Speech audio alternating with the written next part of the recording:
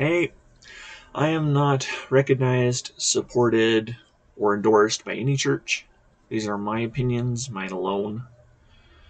Some of the things I say might be wrong, so take whatever I say with a grain of salt. Do your own research. I'm going to offend some people.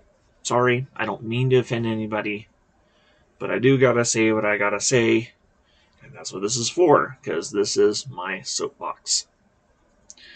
Well, for understanding the Bible, it is important to choose a Bible. There are a lot of different options, and short of learning biblical Greek and Hebrew and understanding all the cultural and everything else that goes with that, there's a lot of other Bibles to choose from. So it's good to know that there are three scales. The first is the most literal translations, the ones that try to be as accurate to exactly what is said as is possible. The second are the middle of the road Bibles, the Bibles that try to balance being understandable with being as accurate as possible.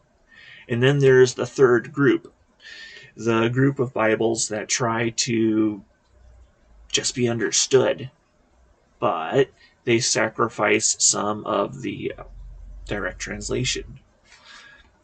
One Bible that comes to mind for the third group is the New Living Translation.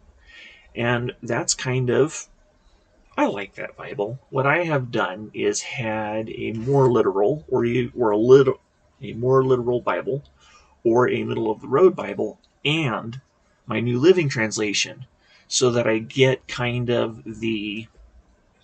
this is what the Bible means, and then I have the New Living Translation so that I can better understand what it's saying, and I read both at the same time. There are other Bibles, like the Message. I could be wrong, if I'm remembering correctly. The Message is more of a paraphrase Bible. And some Bibles like that, I personally would not recommend because it's paraphrasing what Jesus said. Let's just paraphrase. There are some Bibles there's a Bible that's kind of set up like a comic book, which I think was an interesting idea. It falls under the third category of being easy to understand, but not necessarily 100% accurate. Being 100% accurate is really hard, by the way. But it is an interesting take at being an understandable Bible. So instead of there being lots of words, there's pictures that go along with the actions that Jesus took. An interesting idea. A middle of the road Bible example would be the NIV, New International Version. Took me a moment there to remember. That Bible attempted to bridge the gap between understandability and accuracy. Some discrepancies that people would argue. I'm not going to right here. But overall, it's a fairly decent translation. And then there is the first category of the very literal or most attempted literal. One example of the literal translation would be a Greek and English interlinear Bible. And those have the Greek words, the Greek sentences, and then it has directly, as close as can be said, what those ancient Greek words mean.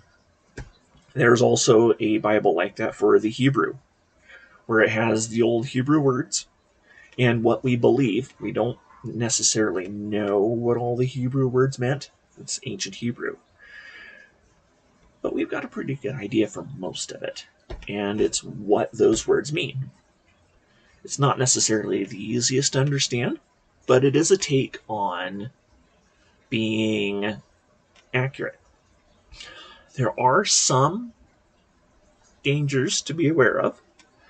The original King James Bible, for example, a lot of people swore, maybe still do, don't know, up and down that the King James Bible is the only Bible, the only translation, the only way. And the funny part about that is the King James version of the Bible actually added in verses. It added in stuff. There's, I believe, something Jesus said about not adding anything to the law. Well, King James Bible does that.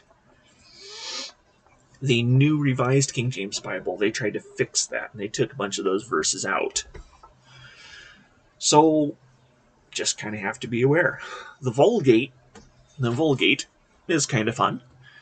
It was the Bible that the Catholic Church used for a very long time. They might still use it. I don't know, honestly.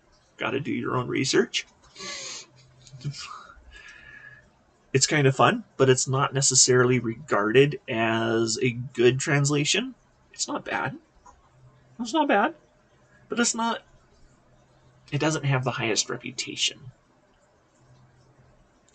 So you kind of have to decide what's more important when choosing a Bible. Do you want to go to the far right? I guess I should avoid saying things like that. No politics here.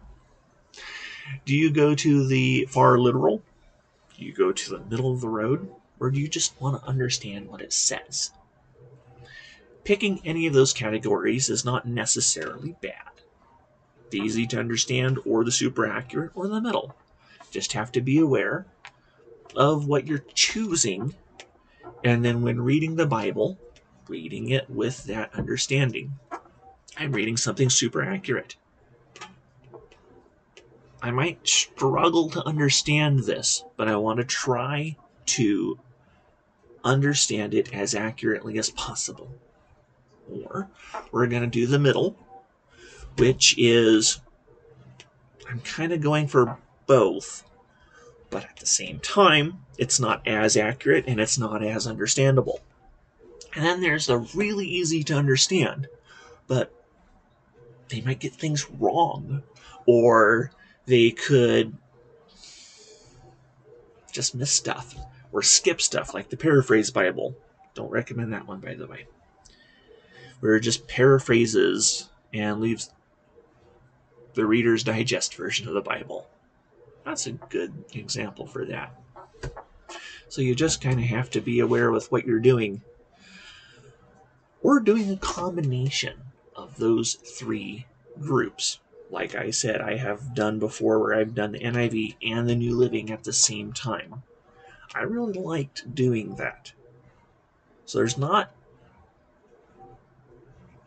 really a wrong group to read from. And if people want to do the Paraphrase Bible, fine. Just understand that what Bible group you're choosing will determine, or help determine, influence our understanding of the Bible and of what we read. Well, if people want to comment or discuss or say nothing at all, that's all fine. But if you want to be rude, mean, or vitriolic, go somewhere else. That's okay. This is my soapbox. Go get your own.